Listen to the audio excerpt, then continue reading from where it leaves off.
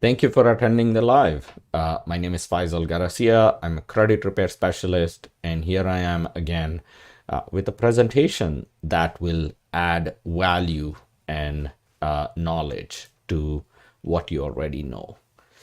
With that being said, I'll dive in. A few points that help you stay present and focused. A quiet place, headphones, mobile on silent, multitasking, avoiding multitasking, and sitting down. These are few things that really help you stay present and stay focused. Topic today is bankruptcy.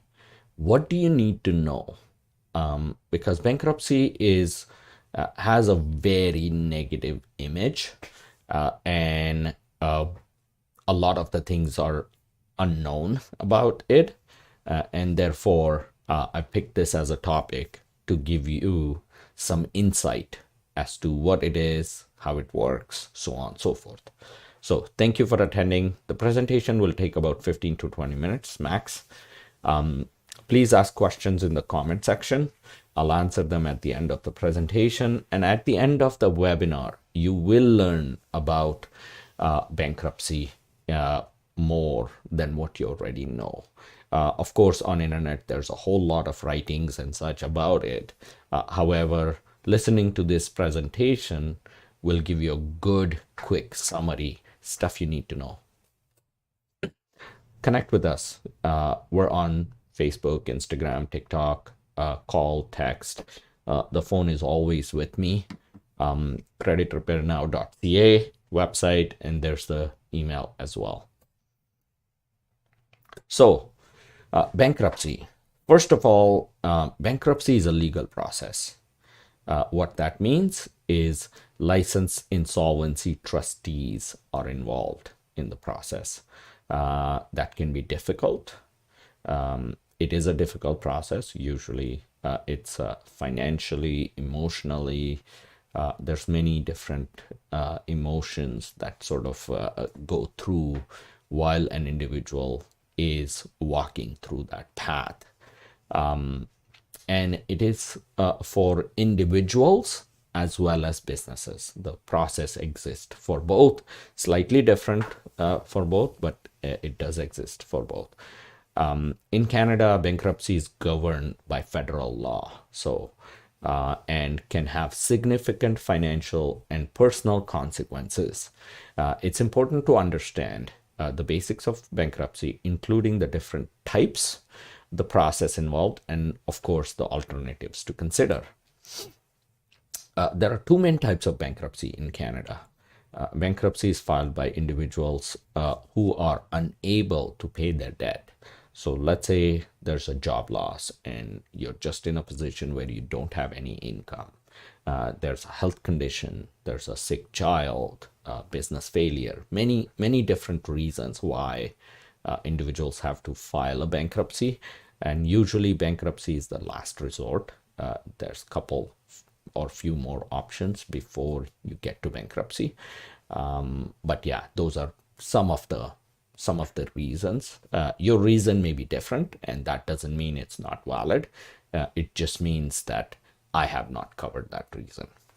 When an individual files for bankruptcy, a licensed insolvency trustee is appointed to oversee the process.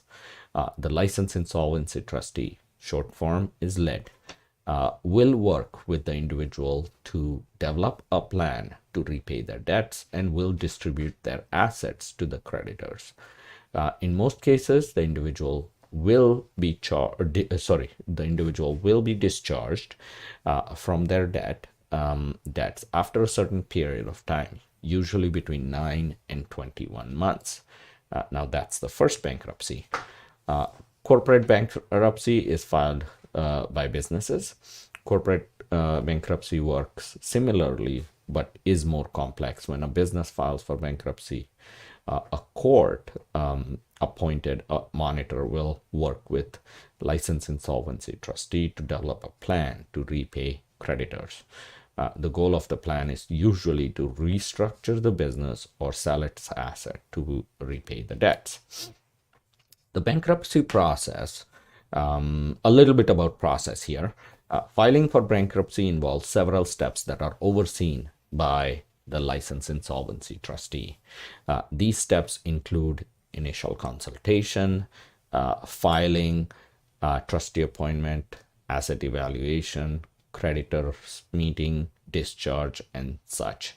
So the first one, the initial consultation, which is the licensed insolvency trustee will meet the individual or business, whoever is applicable in that case, to review the financial situation. Basically, what are the assets, what are the liabilities, what's the cash flow, what's the income, and determine if bankruptcy is the best option, because the licensed insolvency trustee also has other options. So after the evaluation is done, and if bankruptcy is the only choice, because when you go for bankruptcy, that's usually the only choice. It's the filing process, which means once the decision is made to file for bankruptcy, the licensed insolvency trustee will prepare the necessary paperwork and file it with the Office of Superintendent of Bankruptcy, OSB for short form. The next step in the process is trustee appointment. The OSB will appoint the licensed insolvency trustee to oversee the bankruptcy process.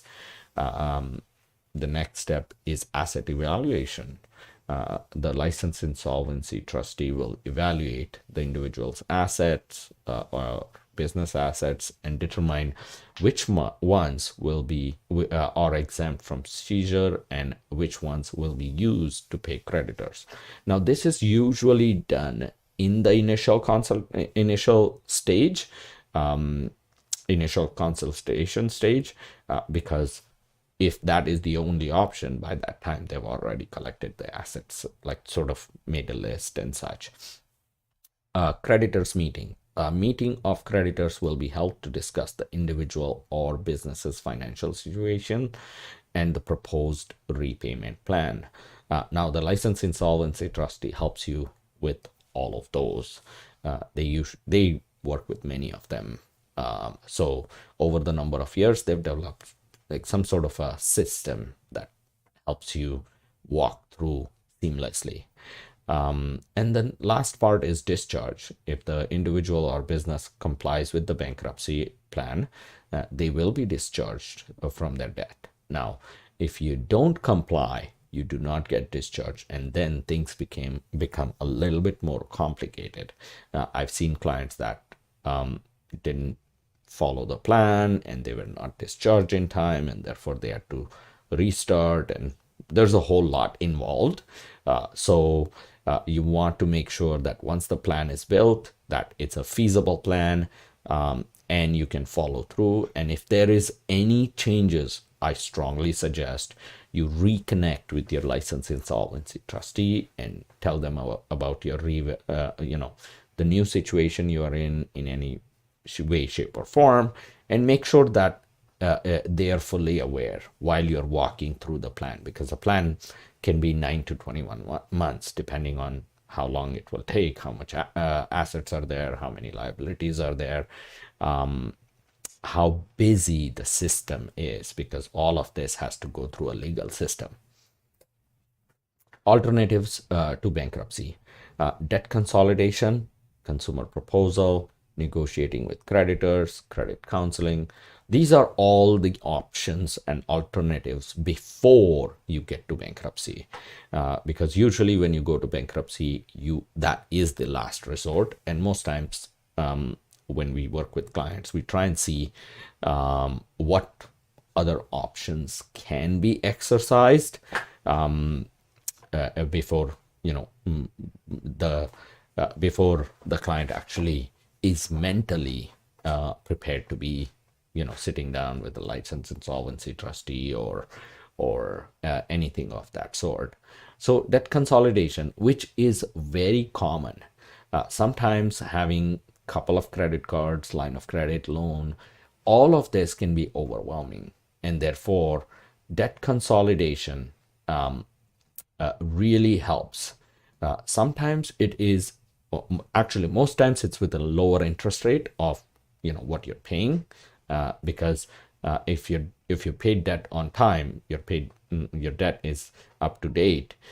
Most times another bank or another financial institution would have no problem taking on that debt and re-amortizing it, making it more cash flow friendly for the client and such. It does not really show on your credit bureau as a debt consolidation. It just shows as if you paid this debt and there's a new debt. And it's amazing. It can change your life. I've seen many clients come into my office with tons of statements. Faisal, I don't know what to do. I've got this and that, and my pay is going here and there, and so on and so forth. Even last night, I was speaking to a client, and they've got 3 different debts, and they're just the allocation and the timing of the payment, timing of their paycheck is just not lining up.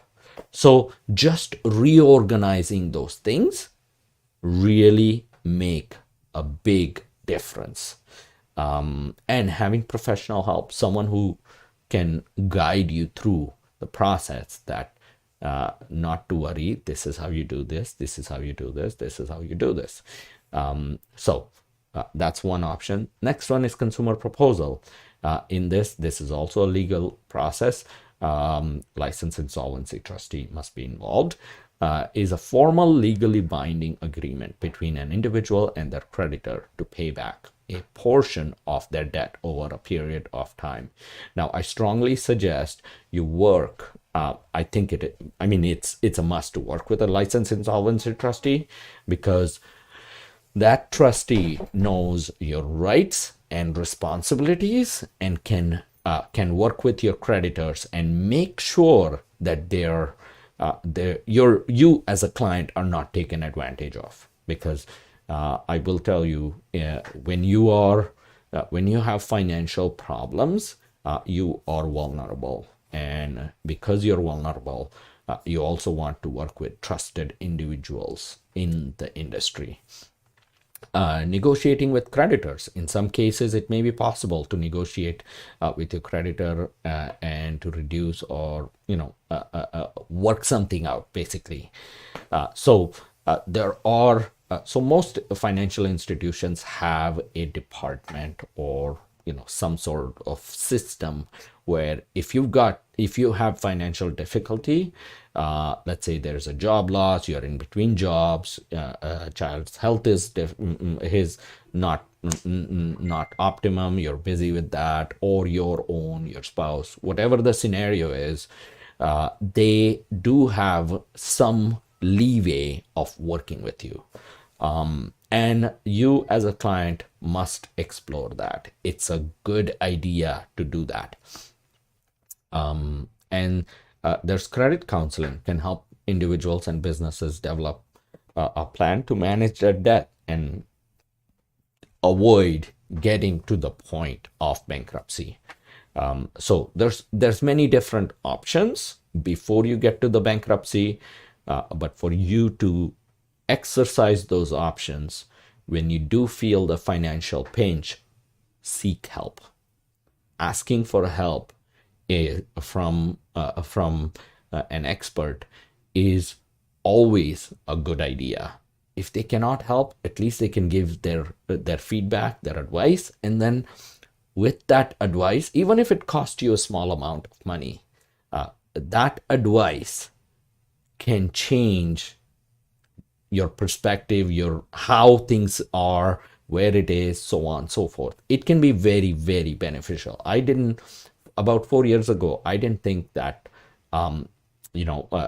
getting a coach was a good idea. It was not necessary, so on and so forth. 4 years ago, I realized that, and since then, I run a business, of course. So I look for, if I see an opportunity, if I'm struggling in certain part, I look for help where I say, hey, this in my business, this is the part I'm struggling. What can I do? So on and so forth. I had to get help on some of the communications back and forth. So there's many places that we all need help, but it all comes from you coming, and it's all inside you. So it all starts with you making that connection, and then looking for the right people. It's so important in our society, specifically after pandemic. They say, and this is Matthew McConaughey's line, that we are more connected virtually, but not connected. We're connected, but we're not connected. So in any case, I'll get back on the presentation. Some of the misconceptions of bankruptcy. Bankruptcy will ruin your credit forever. Not true. Bankruptcy does impact negatively. However, it's not permanent. It's temporary. You will lose everything you own in bankruptcy. Not true. Certain assets are exempt. And the licensed insolvency trustee will really hone down on those aspects. Bankruptcy means you failed. It's not true. The way in our society we've learned is you either pass or fail, and I've learned this from one of the videos I watched of John C. Maxwell, that you learn or you grow. And if you take failure as an opportunity to reevaluate and grow, it changes your life. With that being said, conclusion, bankruptcy can provide relief for individuals and businesses who are overwhelmed with debt. But it is important to understand the process and consequences before making a decision. Bankruptcy is not a reflection of personal or moral failure, and there are alternatives to consider before filing. It is important to seek professional advice from a licensed insolvency trustee or financial advisor to determine the best course of action for your individual situation. And that's a quick conclusion, but everything is there. All the details are there. With that being said, you can connect with us on call, text, Facebook, Instagram, TikTok, website, email. Everything is there. I will end this live now. Thank you for being here, and I appreciate your presence.